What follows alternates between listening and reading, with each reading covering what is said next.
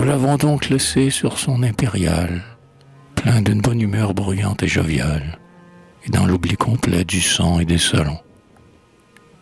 Il suit un de ces doux et plantureux vallons, de Touraine où, parmi les fleurs des prés en pente, capricieusement et mollement serpente, un cours d'eau calme et pur, sans île et sans bateau. De tous côtés, les bois couvrent les deux coteaux, en haut desquels parfois une svelte tourelle dessine sa blancheur sur un ciel d'aquarelle. Le paysage cher au voyage olivier, à son heureux retour semble le convier. Rien n'a changé pendant la longueur de l'absence. Tout l'accueille comme une ancienne connaissance.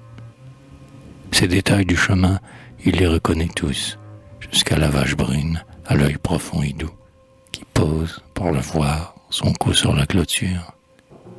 Comme autrefois, le poids de la vieille voiture fait, en passant dessus, trembler le pont de bois. La chute du moulin bruit comme autrefois. Il reçoit le salut des curés en soutane, menant leur carriole au trot sous les platanes. Et dans les halliers verts, comme lui a rajeuni, les oiseaux dont jadis il dénichait les nids chantent la bienvenue à leurs vieux camarades.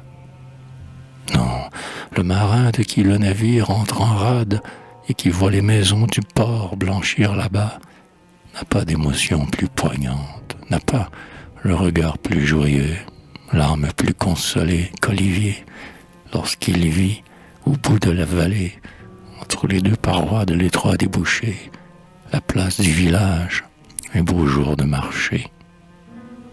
C'est bien cela. Voici les rouges parapluies qui paraissent de loin des fleurs épanouies. Voici les chapeaux ronds, voici les blancs bonnets, et dans le ciel léger le vol des martinets sur la tour de l'église en ruine et fleurie.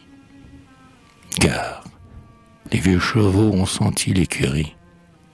Les boucles des harnais sautent sur le garrot, et l'on claque du fouet, et l'on entre au grand trot, effarant devant soi la fuite d'une poule.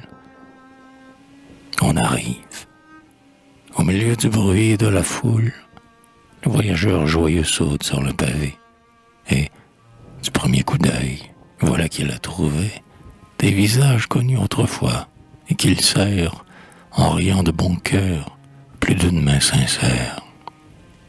Comment, c'est lui? C'est moi. Te voilà, pour longtemps. Et l'on retrouve alors des amis de 20 ans. Le sabotier du coin qui sort de sa boutique, il vous embrasse avec une barbe qui pique. C'est le fils du voisin avec qui vous alliez à l'école, et l'on rit comme des écoliers. Monsieur, dis donc mon nom tout court, vieux Boniface. Et le maître charron, du charbon plein la face, qui l'on tend la main, mais qui, pour la broyer plus proprement, s'essuie avec son tablier. C'est à côté de lui qu'on chantait à l'église. À moins d'être un sans-cœur, la minute est exquise. Oui, cela rajeunit, et c'est délicieux, ce sourire attendri qui vous pique les yeux.